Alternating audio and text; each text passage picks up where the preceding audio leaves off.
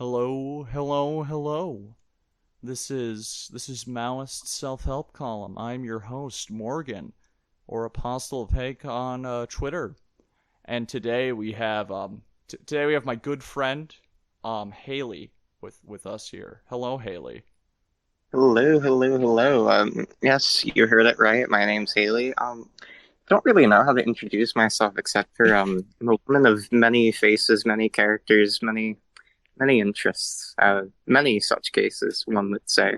Yeah. Um, I've known Hayley for about a year or two now. We were in the trenches of Reddit Discord Reddit political sims. God. That's Yeah, that's where we're from. That's where we know each other from. Uh sure. the Canadian one specifically. They're currently going through how do I put this? It's awful. You see, the whole thing is, right? To put it into context, all right. I was the head moderator of this shit. I mean, it's ironic, two Americans talking about Canadian political sim, but so I'm gonna try to keep this short because there's a long backstory why I play the Canadian one. I started playing this shit 10 years ago. I was an emotional, mentally ill 14-year-old. I got banned from like almost all of them except the Canadian one. So anyway, flash forward to like April. I was the head moderator of this shit, and there's this annoying little twink named Ben, and he was also on the moderation team, and he just never liked me. He always had some rivalry with me. He admitted to it. It was like some like Pokemon type rivalry, which was like the most annoying childish shit ever. But his whole thing was like he had a hard on for democracy and everywhere in all situations, and he was like everything must be a democratic vote, and the moderation team must act as one unified voice. And not to be that bitch, I've played the game for 10 years. You're a fucking 16-year-old twink. You don't know what the fuck you're talking about. You've been playing for 4 months. So sit down and shut the fuck up. But people were petitioning to remove me because I was a bit of a bitch and I said what I was thinking and I, didn't sugarcoat it. I got removed and I told everyone, I was like, if you get rid of me, there's no one else who could do this job who won't fuck it up. And I promise you that. I promise you that the next person you elect is not going to get shit done. And what did I say? A month later, the guy who replaced me, he resigns. The guy who replaced that guy, he resigned a month later. And now here we are. And wasn't the one of the guys who the second guy? Wasn't he like a head mod a while back too? Because He was. Yeah, yeah, yeah. So there was a reboot because the Sims died a few times. Like there was a I, death from like 2021, 2023. He rebooted it in 2023. I think he had brain damage. I'm not even like being funny, like seriously, because when he was head mod at first, he did a great job, and then he came back to canon and he started acting like a little bitch. He was like complaining about the amount of work he had to do. He was complaining about the rules that he made himself. And then when he came back to the head moderation position, he just started like backtracking on every single thing that he stood for in the first place. It was nuts. I mean, genuinely, I think he must have like had a concussion or some shit. yeah. No, I kind of like to lurk on it in the background because I used to play it a lot pre 2021 death. That's when Yeah, I kind of yeah. played, but I'll lurk around still, and I would shit post on the Oh, server every once in a while. that Um, reminds me. Sorry to cut you off, but really quick, you remember that Babinky guy who'd always be in the voice chats with us? yeah, I remember him.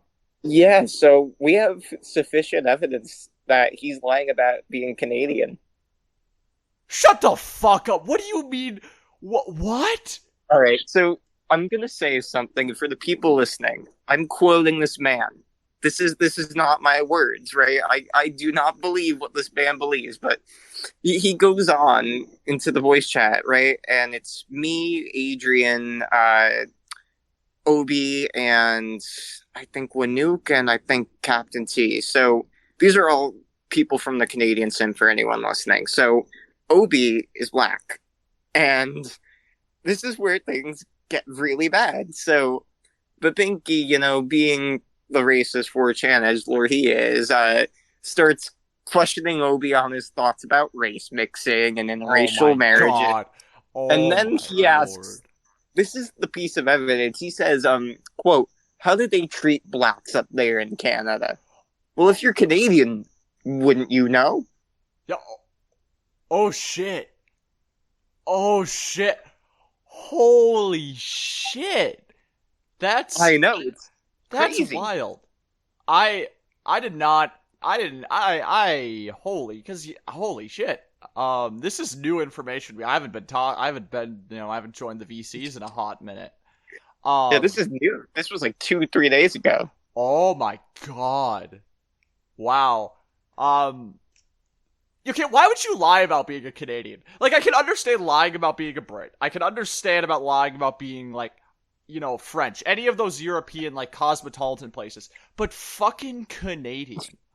You are like, what's the point? What is the point?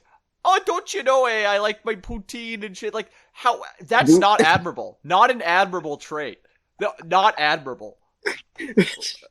Like, he could just be one of those like mentally ill people who lies about everything. Because I mean, it's kind of scary how like many chronic liars I've ran into in my life. Like, not in my personal real life circle, but like online. I guess that's the thing about the internet. It makes the really severely mentally ill people have a larger audience. And it's like, it's funny, but it's sad. It's like, no, it definitely. the shit you're saying is funny, but I feel bad. I shouldn't be seeing this. Yeah. Like, holy shit. I mean, there's a lot of it. I mean, the whole Chris Chan shit. If you're into the Chris Chan shit, by the way, you're like an evil person. Do you know evil World person. of T-shirts and all that shit? Yeah, like... I know the guy. I've actually met him before. He follows me on TikTok. I have so much I could talk about that, but like that requires years of context to even get it. Yeah, no, fucking hell though. Like, I don't know. I mean, I guess like I don't lie on the internet. Sometimes I exaggerate stuff. People exaggerate just for comedic effect. Like, exactly. when I say like St. Cloud is like some shithole, I'm like over exaggerating it. No, you're like, I mean, like it's not a great place, but I over exaggerate. But like, just why would you lie about being Canadian? I still cannot get over the fact that this man is lying about being from Canada. Like, neither can I. Like why? What? Yeah. No. I What? mean, we gotta invite him. We gotta find out. I mean, he denied it when I confronted him. He was like, "Me? Why would I lie about it?" That's something an American would say. I gotta be real. I don't think I'm gonna get him on the pod. If also his comment towards Obi is anything, I don't want this podcast getting that TOS. Is true. I don't want this getting TOS. You really don't. I don't want going on the dark web. Have to like move to the dark web to host. Yeah, I mean, yeah. It's a good thing that podcast idea of him never worked out, because I know like first episode he would have been going on some like unhinged QAnon rant. Oh yeah, no, like he turned out weirder and weirder as more time went on, I guess. Yeah. Cause initially, he was kind of cool when I first met him, and I didn't think of it. He's like, oh, he's a reformed 4chaner, kind of. No, he's not. But he's not reformed. He was hiding it, I think, and then he finally felt comfortable enough, because it's like I'm edgy as fuck too, but it's like I don't take it that far, Yeah, no, I mean, well, good thing that ever panned out. Hey, you're still on the pod though. You're still on the pod. I'm still confident in you. You haven't you haven't actually revealed to me that you're from Staten Island or anything yet. So we're still. I'm from the Bronx. Yeah, Staten's awful. Yeah. And I guess we could go on here. So Hayley here's a New Yorker, and I am a Chicagoan. These are the two most annoying cities online. And people who live in these cities are really annoying about living there. New Yorkers are annoying about being New Yorkers, and Chicagoans are annoying about being from Chicago. So I kind of thought I'd invite Hayley on here, and I suppose we could discuss who is more annoying. Who is more annoying? I'm gonna come in here with a third angle that no one is expecting. Oh. And get ready for this. So the most annoying is not the native New Yorker or the native Chicagoan. It's the Midwest transplant that moves to New York for a liberal arts college and then decides to stay here afterwards. They're the Uh, worst. It's uh, so annoying. you know what? I'd have to agree with that, and I say this as a transplant to Chicago from Minnesota. Um, the thing I with feel like that's valid. It's close at I least. mean, yeah, there's sort of like there's still an understanding that you're in the Midwest. When you're in Yeah, yeah. Chicago, like there's a Chicago's broad definitively Midwest. yeah. But with like the East Coast, the people who are moving to New York from the Midwest are usually these people who come from like the landed families in the Midwest a lot of the Yep, time. Or yep. they're like, people who are into Broadway, people who are really into finance. Specifically the really Oh, annoying traits of New York. you Um know, that's like, I wish I was exaggerating. Like, half of the girls I've had flings with are like transplants who like have interest in Broadway, who have rich parents who pay for everything for them. oh, that's the worst. And That's why I wouldn't date them. yeah, they act. Yeah, these are the kind of people who act like like oh, I'm such a New Yorker. I love everything about New York, and then Yep. they never leave Manhattan, and they're like they don't they fuck it. They never go north of like the north end of Central Park. To be honest, let's be real. Um, Yeah, like absolutely. yeah, and okay, you know what? I guess that is an interesting third angle. That is an interesting third angle on everything. I would have to agree with that. And I say this as an annoying transplant from Minneapolis to Chicago. Though I do gotta say another really annoying character, kind of on a similar end of yours, is a person who moves to Chicago and wants it to be New York but can't afford that lifestyle in New York, so they come to Chicago instead. Oh, Um, that's stupid. I mean, yeah, you could live in New York and still get shit for cheap. You just well, gotta like look no, really no, hard. no, no. They want to live the specific like upper middle class New York lifestyle. Like they Oh, don't want to. come on. Yeah. So these are the people who live in West Loop, Chicago, kind of Lincoln Park, River North. The annoying evil parts of Chicago. When I say I hate North Side, I specifically mean those areas. But It was like just like Staten Island in Chicago. Staten Island in Chicago, that would be like Mount Greenwood, which is just a cop neighborhood. That is it Oh, is like yeah, that's Staten Island. yeah, I mean yeah, it's Staten Island. It's like it's small compared. I mean only like 14,000 people live in Mount Greenwood, but it's the closest thing we have specifically to Staten Island because they're like solid Republicans there, all cops, city employees kind of thing. No transit down there. Oh, Just like Stead. So I mean, yeah. it's pretty similar. But I mean, despite our little exceptions we've made, we still do have to fight over who's more insufferable, New Yorkers or Chicagoans. And I need to get I would personally say I think New Yorkers are more insufferable. No, Uh, no. I mean, it's think of it this way. Why would you be insufferable for simply mentioning how great things are when that's the truth? Everybody knows it. But Everybody knows it is the issue. good, We good, all know it. good. You You don't need to should. keep breaking. With Chicago, we have to fight for our reputation because people are going to be like, "Oh, we're going to go to Chirac. Oh, you're going to get shot." We have to fight Yeah, to promote to yeah. people that we're a good city, and we are a good city. New Yorkers don't, but they still act like they have to fight for it. And it's like, no, you don't. You don't. Well, That's I why think of it this way: you guys are coping with the fact that people call it Chirac and make fun of O Block. Meanwhile, like, we don't have that problem. We're not coping and seething. I feel like coping and seething is more insufferable. now, the thing is, though, Chicago is not that dangerous. It's not. Is it more dangerous than New York? Yes, technically, but Oh, like, yeah, exactly. That's but the only thing it's that matters in but this instance. but But it yes. no. Chicago is not a dangerous city. There are dangerous parts of Chicago. There are dangerous parts of New York. Like And also remember, our Staten Island is 14,000 people out of 2 million people, right? Right? Staten Island, which has like 600,000 people, it's a higher percentage of evil.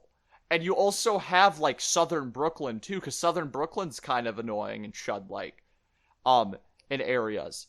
Like, you've got a lot more of the chuds. South Brooklyn's fun. South Brooklyn's. I mean, if you really know what you're doing in like the sketchy areas in New York, they could be really fun. I don't think you could make O Block fun.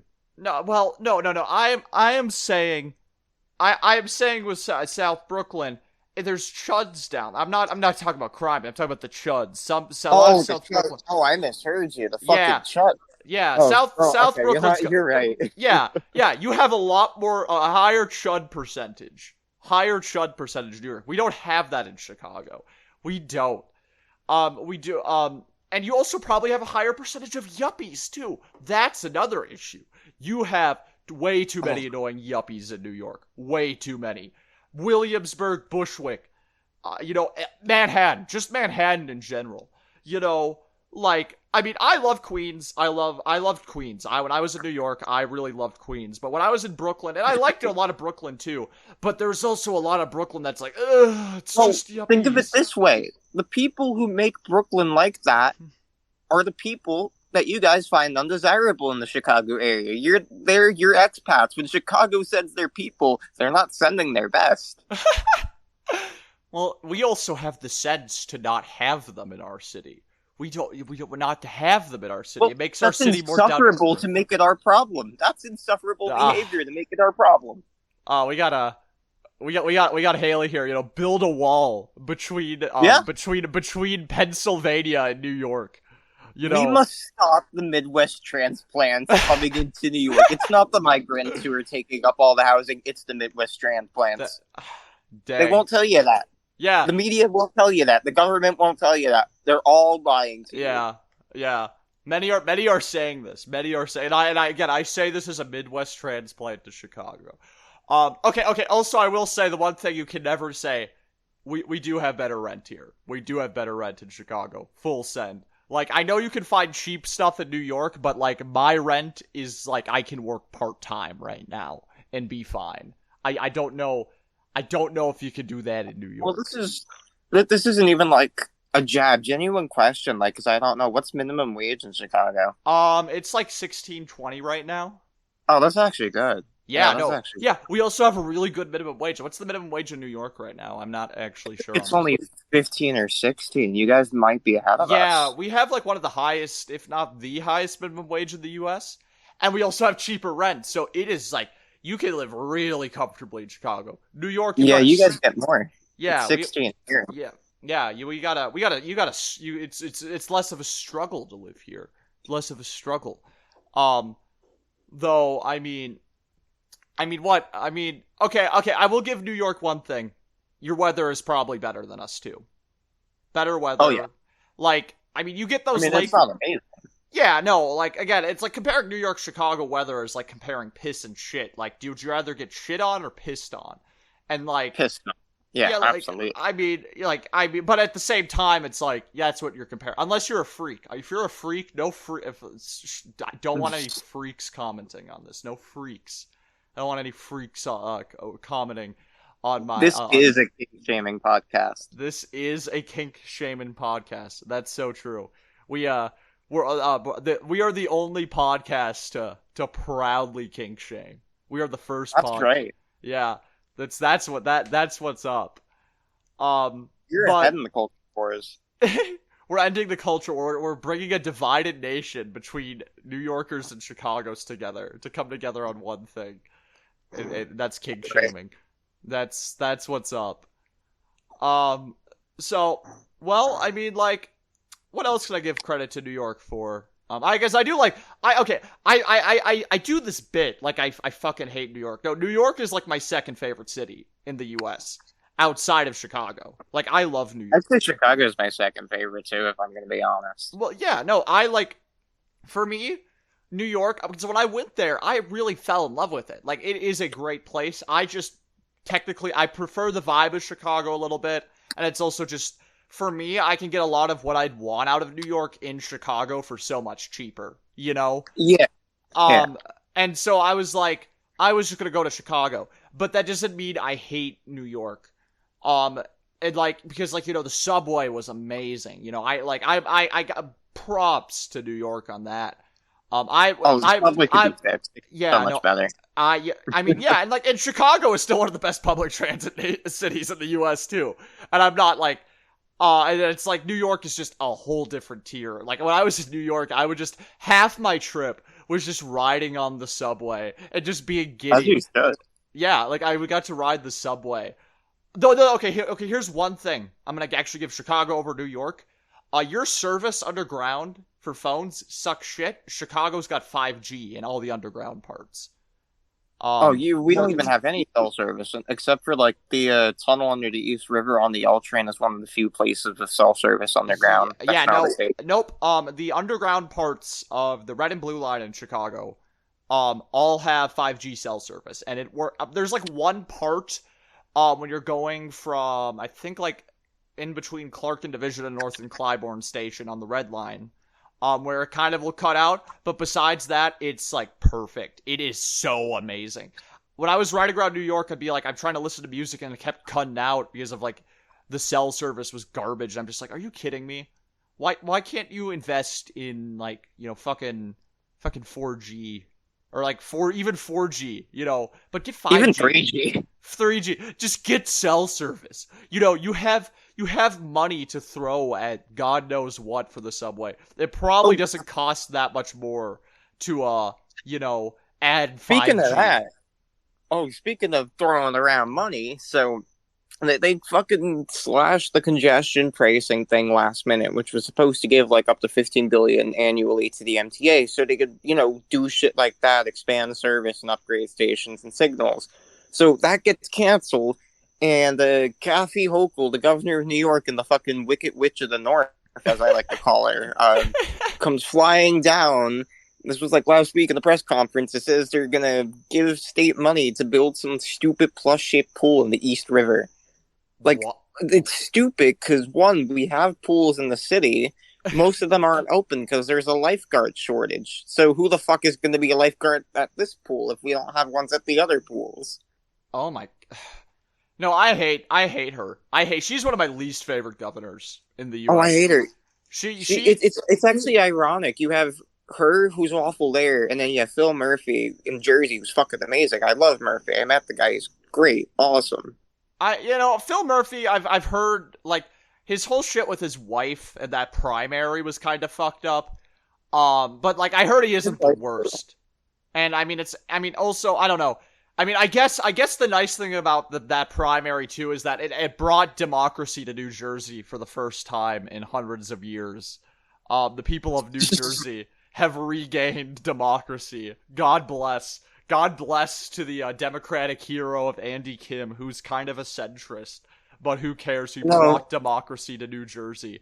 That's so many stories I could tell you about, like, the corruption specifically, and like I'm not trying to rag on the Democrats, but there was so much corruption in the Democrats in Jersey. Because, so for context, my grandma on my dad's side, she was like super involved with a bunch of Irish organizations, and she was a Democrat involved with all those organizations. So like she knew all the politicians and shit. And yeah, in like Hudson County, for example, in Hudson County, Jersey, that's where they grew up. It was one guy who pretty much controlled everything. Like he had multiple positions in multiple towns. He was calling the shots behind the scenes for who was going to run for other stuff. He ran on the county executive for the party. And yeah, it wasn't just Hudson County. It was Essex County. It was Sussex. It was Bergen, Passaic. It was everywhere. I mean, that's like all the counties. That's all all the relevant counties anyway. I mean, yeah. Not to like well, let me rephrase that, but like, so I literally grew up in Sopranos land, like in Essex County. That show wasn't lying about shit. Like that felt like watching childhood. And like the conflict leading up to it, it's true. Like the diner in the final scene, Holston's. I mean, I think you went there, right? Yeah, 'Cause I I've been went there a there. million I times. went there. Yeah, Holston's fucking slaps. By the way, you gotta go It's eat there. great. It does Oh, slap. I went there all the time as a kid. Like the grilled cheese, the orangeade, the turkey salad sandwich, the ice cream. Oh, so good. Holston's, please sponsor. Yeah. Can we get the Holston sponsor in the chat? Get the Holston sponsorship on the phone. Get the Holston sponsorship on I'll take a the free phone. grilled cheese. Like Yeah. shit. Yeah, dude. I don't even need to get paid. I will promote you. Just like next time I come to New York, I want just give me like a free like Sunday or something or like a free. That's all I want. That's all I Oh, did you want. have you have the brownie sundae there? Because that's the best shit I there. didn't have. I just got like a strawberry one. I think it was still fucking fire. Oh, But good. Yeah. yeah, no, I'm definitely gonna go back again when I go back to New York. Well, which I'll I'm eventually hungry go now. back. Oh shit. Aren't you like getting progressively higher as the show goes on too? Isn't that like That's the theory, the but theory? You don't know? my Okay. tolerance is fucked. So Oh it's I was yeah. making a bowl every few minutes, but it's like it's hard to put it into context because it's like for the unseasoned smoker, it's like if they smoke the shit I was smoking, like at the rate I'm smoking, they would be like incoherent on the couch, like in La La Land. Oh, they'd be like me when I took a THC 10 edible once, and like an hour later, I'd be like twitching on the bed, like having muscle spasms and shit. Holy. Yeah, that wasn't fun. That was not fun. I I can't get high from edibles. I'm convinced because like I've taken upwards to like 500, 600 milligrams at a time and barely got high. Yeah, no, I mean, I think that's with a lot of people who like smoke a lot. Because I have a Yeah, friend from Minnesota too who has a similar situation. Who he smokes a lot and can't get shit out of edibles. I think Um, it's metabolism too yeah. because I have a super fast Oh yeah, metabolism. like that's another thing with like if you have a fast metabolism, it's a little harder. Um, wait. I gotta ask. Are you one of those people who unironically believes in indica versus sativa or whatever this? I don't fucking know the differences. Here's my thing on that. Indica Yeah. and sativa used to exist, but everything's been crossbred to hell and back, so there's no more pure indicas and sativas. They're used as a marketing thing now. The Oh, terpenes is okay. what matters. Okay, I was about to just make fun of you and do the bro, dude, that was indica, bro. Just try this. It's like sativa, bro. It's better, bro. I swear. Oh I no, swear. Yeah, they used okay. to exist. They're scientific terms because it used to be there was like two different types of the cannabis plant, and they were just crossbred so many times that the cannabis we have nowadays is like a distinctly modern form. Like if you look at weed that was in the 70s, for example, your choice was pretty much between Mexican brickweed and Thai stickweed. It was called brickweed because it was bundled up in the brick to smuggle across the border, and Thai stickweed was called stickweed because it was like on a long stick and there was not too many buds on it, but that was all you could really get back then. Yeah, no, I mean, I know I have a similar thing. I've had a similar thing when I used to smoke weed. I can't smoke weed anymore. I get like too paranoid.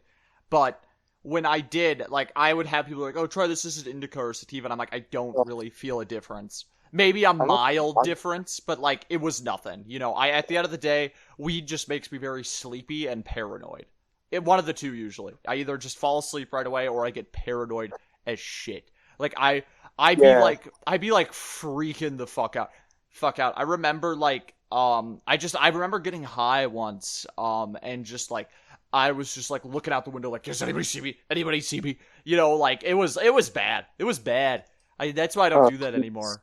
It's you see, sad. you wouldn't last a second in any of the acid trips I've had.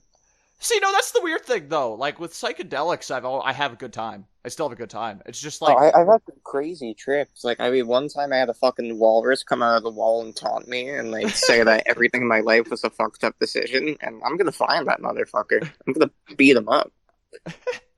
um also just for people out here, we are all over 21 on this episode here. We're all over 21. We live in states where it's legal. Please do not come after us. Thank you. Thank you. Woo! But what else? What else here? Um, tell you what, it's been about a half hour here. We're gonna go on a quick break here because I need to smoke. But before we go on break, I'm also Haley's getting high. I'm drinking. So I'm drinking this new craft beer they call a Pabst Blue Ribbon. Oh my god. Yeah, no, nobody know. This is a really new beer that's brewed. Really new beer. It's kind of under the radar. Um, No way. yeah, no, dude, this shit's fire. You gotta So you gotta rare. try it. It's so rare, but Yeah, so hard, so expensive. we will be going on a quick break here, and we will be right back. Welcome back. Welcome back, Hayley. Hayley, hello. How was your break? How was your like 10, 15-minute break? We give like 10, 15 minutes It was between break. you know, so some of you may find this statement ridiculous, but it was not enough time to finish the song I was listening to. Um, oh, it's your fucking jam band shit, isn't it? It was a fucking It jam is. band recording. Yeah, it Oh. was a Disco Biscuits recording. Okay, It was okay. Who are the disco? I've vaguely heard of Fish because I know you're fucking addicted to Fish, but who are the yeah. Disco Biscuits? Who are the Disco Biscuits? I've never heard of them. So they're another jam band, but they're a little different, a lot different than Fish. They're more of like EDM electronica influenced and styled. So there's really like I'm trying to think of the best way to put it. There's like distinct sound eras of the Biscuits. So you got like there's 1.0 when they had their first drummer, this guy Sammy. So let me go through the members first. So you got right now in the current day in the Biscuits, you have Alan Aquin on drums. You got Aaron Magner on the keys and Samson samples. You got Mark Brownstein on the bass. Then you got John Barber Gutwillig on guitar. And John's usually doing most of the vocals. Aaron does vocals sometimes, and he does harmonies as well. Brian does vocals too on occasion. So you have the 1.0, which was the Biscuits from 95 up until 2005. I might be wrong on the dates, on the years I mean, by the year or so. So yeah, Sammy was 1.0 Biscuits, and that was a lot more like when they started out, they were like very Fish sound, like very fishy, as I like to call jam bands that sound like Fish. They're very fishy sounding. And it's good stuff, it's a lot of like composed long pieces, like some of their early songs like AC to B or I Man. They have more of a like drawn out composed style with a lot of piano, similar to how Fish writes their songs. Fish has a lot of long composed pieces where it's like an orchestral suite, for example, where it's Okay. like one part is like one theme, the second part's a different theme, and then maybe the last part is like a reprisal or another theme that ties it all together. So that's sort of where the similarity was between the bands at first, but then around like the late '90s, we started tapping into more of an electronic sound. So their early stuff, it's not like when you listen to it, it's not like the same as if you listen to like an EDM DJ these days. But it was a lot of like super psychedelic, super trancy stuff. And then they build up to a really intense high energy guitar peaks where it was Barber, the guitarist, just absolutely exploding everywhere on his fretboard, playing some of the most wonderful stuff you've heard. Like, literally sounds like it's like a machine gun on the guitar because of how many notes he's playing, how fast. And Okay. Sammy, the drummer, is like playing at like 225, 230 beats per minute for like 5 minutes, like going absolutely crazy. So you have that, and then 2005, Sammy leaves because he wants to be a doctor, and good for him. Like honestly, like you play music for a decade, you go to be a doctor. That's a great life. Like you're living good for him. But they get this guy Alan. So when Alan joins, they take a little bit. I wouldn't say a different direction, but a new evolution with their sound is the proper word. Because Sammy's drumming style was a little more of like traditional jam band style, like more jazz influenced, a little looser on the drum kit. Whereas Alan is like if you made a drum machine into a human, he's insane. That no, Like that he's like does crazy. that no, that sounds insane. I mean, like Jesus fuck, 225, but the human like that's gotta fucking hurt. Like Yeah, imagine. that's what Alan does too. He's like, because what he plays is it's not that it's more difficult. I wouldn't say that one drummer is technically better than the other, but it's very intense because he's doing like four on the floor the entire time. It's like he's playing this for like an hour straight, and then maybe Jesus. he's like changing the tempo to get faster and get slower. But like the general idea is like he's going the entire single time, the entire time. Like the other musicians, like, Magner on the keys, you could take a break for a few seconds. The guitar could take a few seconds of a break, The drum has to keep going the whole time to keep it going. Oh my god. See, Most of their sets, they don't take breaks. They just seg every single song into the next, and that's why it's so cool. I mean, but it's like, oh, sorry, I keep cutting you off. No, it's fine. No, you're passionate. This is a show where we allow people to embrace their special interests. It's great. Yeah, they're like, nowadays it's like more of a club EDM style, because it's like the last 2 years they've really taken a new step in their sound. So there's a side project the band has. It's a thing called Tractor Beam, and it's like more of a club DJ style version of their songs with no lyrics and more focus on like the electronica side of things. So they started incorporating like a Tractor Beam style jam into every single show starting in like 2019 to 2021. People were bitching about it. They're like, oh, this sucks. This is awful. And then what came as a result of that was the new style that they're playing right now, where it's like super electronic, super heavy stuff. Like, they're using samples now in their songs. They did samples a few times, like way back in the early 2000s, but not at the level and frequency. Wait. Turn back just a little bit. Tractor beam sound? Like the noise when like the alien fucking abducts you or some shit?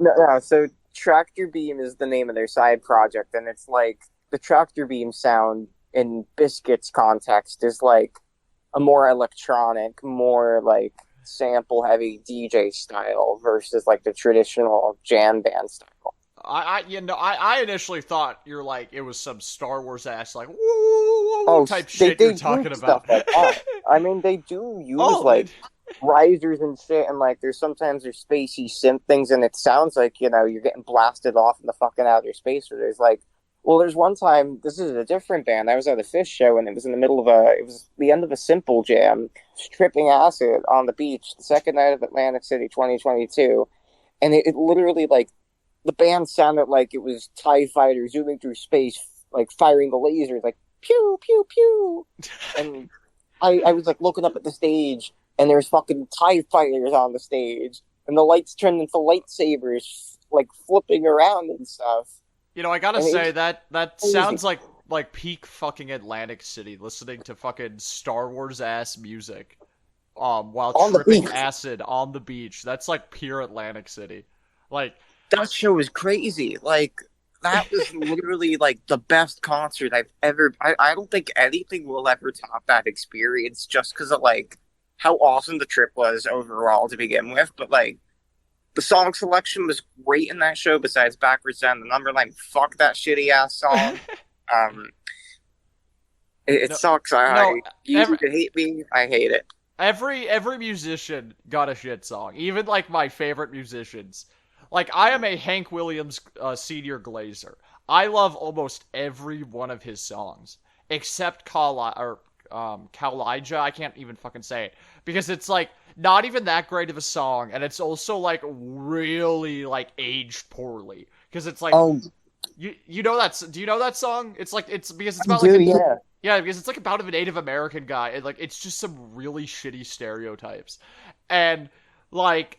It's like, okay, I love you, Hank Williams, but like, this song is aged poorly, and I'm not gonna really listen to it.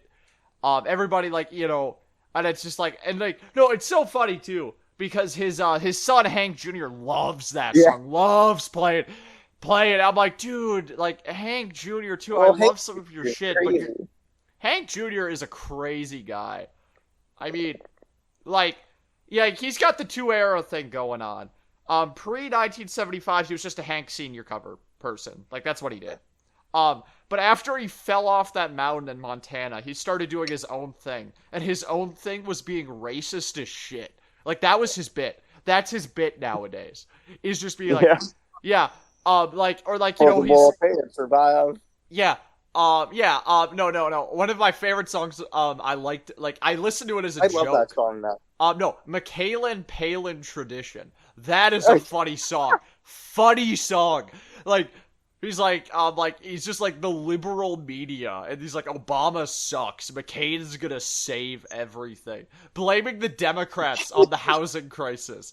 Not like George Bush was just president for 8 years, and it's just like. George was universally treated like a moron because he is one. Well, he is. Yeah. Okay. Yeah. No, I was about to be like, hold up. Are you trying to say Bush? George Bush was not a moron. I was. No. He was probably objectively the stupidest guy we've ever had in that office, and I think everyone could agree on that. We've had some pretty stupid. See, the thing is with that is, you have to like. That's a pretty because Bush was stupid, very stupid. I would unironically say in certain areas Trump was smarter than Bush. Well, that's the thing. Trump's not a stupid guy, and that's where I feel the left goes wrong. He's not stupid. He's very fucking smart, and that's why he gets away with the shit that he does. Because there's a level of intelligence that goes with scheming the way he does. To an extent, but like he's a bad guy, but he's smart. No, he's a bad guy, and to a certain extent, there's probably an argument that he's smart. But daddy's money. He's not a self-made millionaire. So you can't give him any credit for that. Creating the wealth. And also, even if he was a smart guy, he was a dumbass when it came to political operations, specifically. Bush kind of knew how to operate it. He was in the system. Trump never was, and he never, he's, 2024, if Trump is elected, probably going to be more dangerous than Trump 2020 just because Trump kind of knows what he's doing now, but he's still a dumbass who doesn't understand how shit operates in Washington. That's true. But back to Hank Jr. Music. Yeah. Yeah. Hank. My another thing with Hank Jr. His song "If the South Would Have Won" is so fucking funny as well. Because musically, ignoring the lyrics. Good song. It is actually It is actually like a good 80s country rock hybrid thing, from a musical standpoint. Just listen to Alabama. But lyrically, he predicted OJ. Kind of predicted OJ in that song, because he was he's singing about how we're not gonna let killers. Not gonna let killers, write books and shit. And I'm just like, oh, that's an OJ bit. But it came out before OJ. So I'm like, did Hank Jr. predict OJ? Which I'm not gonna get into the seeds of that, but did he predict the jokes around it, the whole commentary? Is Hank Jr. a psychic? This man, an insane man, but what's he thinking up there? What he's got some thoughts, We'll find out more on 2020 on ABC News tonight. Wait, what moron's gonna be on tonight? I don't watch TV. Oh, we're doing an investigation on 2020 on ABC with George Stephanopoulos or whatever George Snuffleupagus. George Snuffleupagus. That's what I call him. George Snuffleupagus, the fake newsman who had a biased interview with me. It was so wrong, so sad. He belongs with Sesame Street with Big Bird. Big Bird loves me, but Snuffleupagus George, he's corrupt. Okay, no, I'm sorry. That Trump impression. Please do not try that again. No, that is no more of that Trump impression. Decent. That was decent. No. I'm sorry. That was. I think mine's pretty bad. That one. I'm sorry. That was a little Captain harsh. T's. He does the worst one. I mean, oh yeah, no. It's it's really easy to do a bad Trump impression, but that one was rough. That was rough. It was funny. People are gonna hate it. You know who does a good Trump impression though? Shane Gillis. I am bad at pronunciation, as made clear by the last episodes. But he does a really good Trump impression. But that brings me into because you can clearly tell that Shane Gillis is a liberal, or at least center left of some sort, kind of mildly liberal leaning. But he's so conservative coded, which is so funny to me. Like, conservatives love that guy. But, like, he's, to me, he comes off as, like, he's a lib, but he's, like, conservative coded to me. And I don't know why. I always think that's funny. He's just that in deep, honestly. Like, his, what's the fucking word? Like, his cover is crazy. He's just infiltrated the right to the level that they think he's one of their guys. That's like funny to me. I don't know. It's like I think I don't know. I really do like a conservative coded left wing guys are funny to me. I don't know why. There's a specific charm to it, I guess, that like it just comes off as really funny to me. I don't know.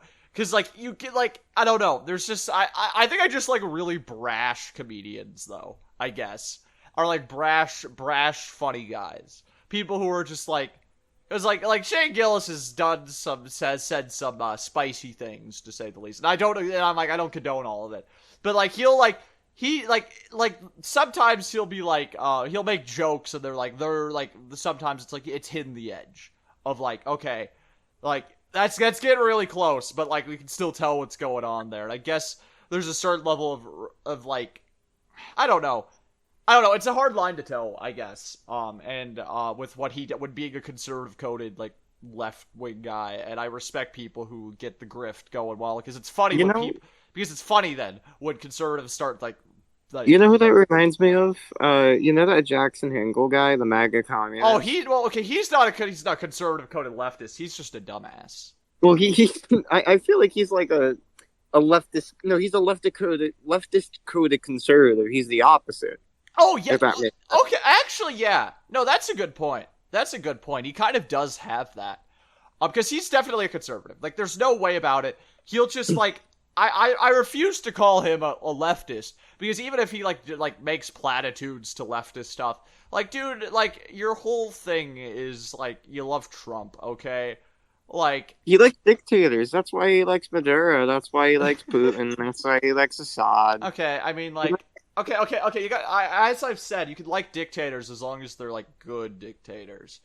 Because like Maduro's shit dictator. Putin. Yeah. Shit dictator. Proven Fidel great. Castro was. I'm kidding. Oh, whoa. No, I'm this kidding. is. No, it's fine. I was making Putin jokes on an earlier episode. Okay. You know, as a Maoist show, you know, I guess we could sort of we could talk about the Okay.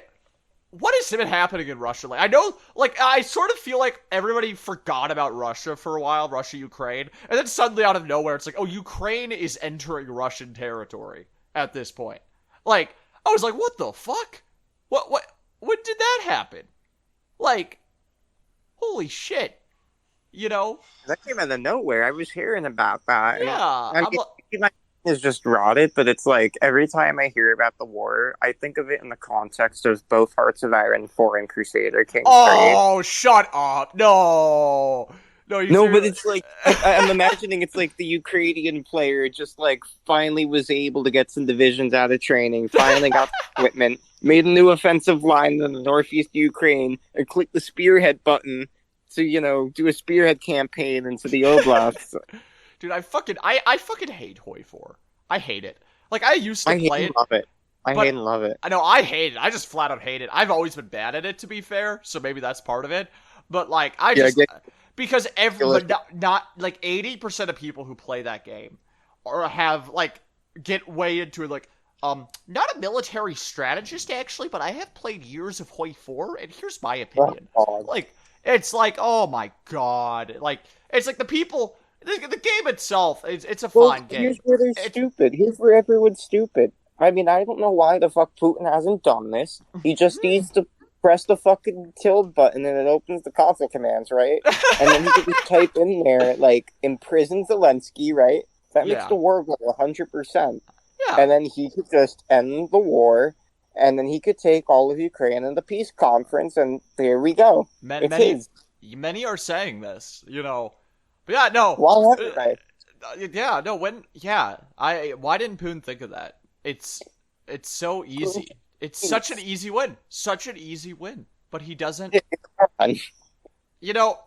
Oh God. I remind myself I'm so fucking autistic though, because like I And still understand this. I still understand these bits, even though I don't play much Hoi 4. I still understand it. Um, but okay. People think my autism is funny, but my dad mine's is. funny too. Oh no, you've got funny autism too. I'm not. Good. But the person with the funniest my father is an undiagnosed autistic man. I know this for a fact. He is definitely autistic. This man loves his rocking chair. But Babe. it's so funny. I'll call him on the phone. He has zero interest with what I do in my life. Okay, like whenever I try to tell him about stuff, he's like, yep, that's good for you. Kind of just like doing like repeating like 5 phrases to be like, oh, I acknowledge you. But then I ask him about his special interest. His special interest, my dad's a knife maker. He likes knives. Not like he's a knife guy. But then I'll like be like, oh, how are your knives going? Half-hour ramble on that. Half-hour ramble. It's so funny to me. Because he'll go on and on about his intricacies with his knives. He's like, oh, yeah, no, I got, like, this engraving in here and everything, and I'm, like, working on this and this, And, like, oh, this knife I make, it has, like, a deer bone hound handle. And it's just, like, and it's so funny to me. I feel bad for him, in a way. But, like, also, like, it's just, like, he's like me. Despite any issues I have with my father, he's kind of like me. We're both just, we got a bit of the autism, and I love him for that. To be real, we both got not necessarily the autism. We both got the severe attachment issues and like severe depression. Yeah. Oh yeah. No, I don't. Okay, so attachment issues I don't really have. I don't really have attachment issues. Oh, you lucky bitch. Yeah. I don't, because I don't date much. I don't like try to even like go on like dating apps or anything. I don't like it. Not my thing. Because what happens is like go on to like a dating app or something, and then I just am like, oh, I'm overwhelmed. Oh, people, because that's how it be. Perception. Or I go on Grindr and there's just like 3 like 40-year-old closeted gay men. Now, why who have would a you wife do and that kids. to yourself? Why would you do that to yourself? Because sometimes I'm curious, like to see where things go. I mean, nothing against the context of what people are trying to get out of the app. It's just that like everything I've heard about it is it is an evil place. Grindr is an evil place, mostly because again, like you put T for T in your bio. And it's still, you'll get, like, again, the 40-year-old gay man with a wife and kids who's, like, closeted is hitting you up. And I'm like, I am sorry, but, like, A, I already put T for T in there. B, like, no, I'm sorry. Like, I'm not gonna get really wonder, like, has anyone found, like, a marriage off of that? Like, has anyone I've heard of people who have gone into, like, long-term relationships from Grindr. Like, that's crazy. No, and I'm happy for them. But, like... Oh, same, that's crazy. Yeah, but, like, fuck, like, how the fuck are you? Like, marriage? No.